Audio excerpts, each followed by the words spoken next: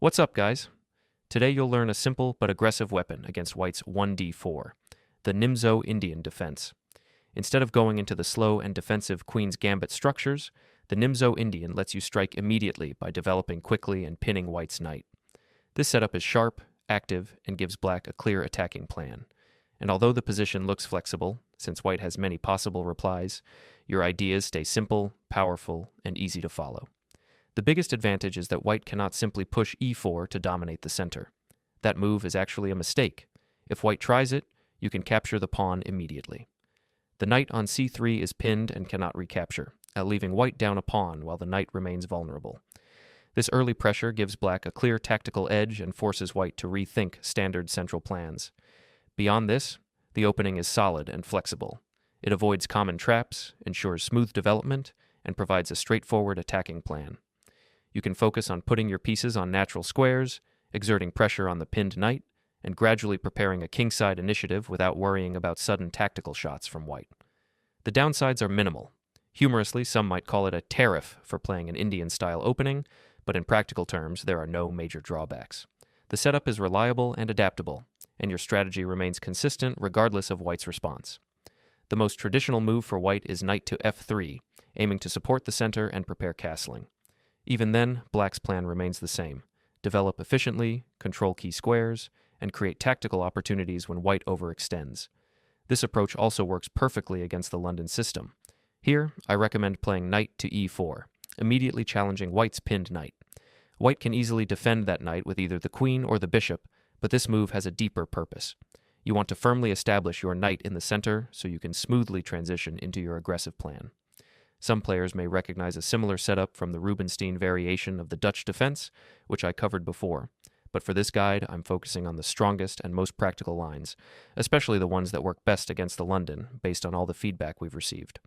In this position, white will usually continue with pawn to e3.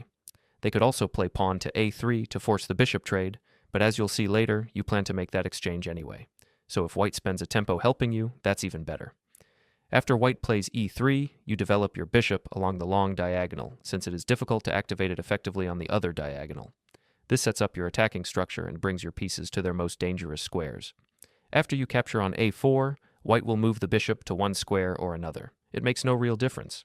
You then develop your light-squared bishop, which both supports your strong knight on e4 and begins aiming pressure toward white's kingside, where we expect the king to castle. In most games, white will indeed castle short. Once the king is castled, the pin on the knight disappears because the king is no longer on the same file. This means white is now ready to trade off your powerful knight on e4, something you definitely want to avoid. Instead, you voluntarily exchange your bishop so that your knight can remain firmly in the center. And because your knight controls the capture square, white is forced to recapture in a way that leaves doubled pawns. After this, you castle as well. This is exactly the structure you're aiming for: a dominant knight on e4, an active bishop pointing at the kingside, and thanks to the pawn on f5, easy access for your queen or rook to swing toward the attack. Altogether, this gives you a very strong and flexible attacking setup. At this stage, either the rook or the queen can quickly swing toward the kingside, and once that happens, the position becomes genuinely dangerous for white. What makes it even harder for white is that they do not have any straightforward plan to follow. Often, white tries to create some counterplay on the kingside or attempts to trade off their weakened doubled pawn, hoping to relieve some pressure. From here, you have two main strategic paths to choose from. If your goal is to play safely and build a very solid structure, then the setup you should aim for is pawn to d6, followed by queen to d7. This forms a harmonious and well-coordinated position where all your pieces support one another. It is the classical, reliable way to continue: strong, stable, and strategically sound. However, if you prefer a sharper style, or if you are playing blitz, you can immediately dive into a direct kingside attack. In fast time controls, I have found that this aggressive option often performs much better. The reason is simple. Defending accurately in such dynamic positions is extremely difficult, and white must find several precise moves just to stay alive. Most players fail to do that under time pressure. For this reason, you should not rely too heavily on computer evaluations like Stockfish in these positions. While the engine may show a balanced evaluation, practical human play is very different. In real games, especially blitz, the initiative and the speed of your attack matter far more, and those aggressive lines tend to bring the best results.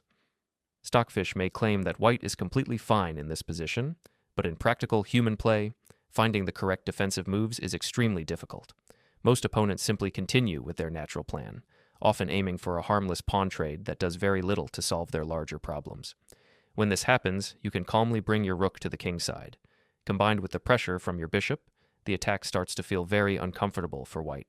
Sometimes white will try to push their pawns to chase your rook away and then dream of advancing further to drive back your queen or knight.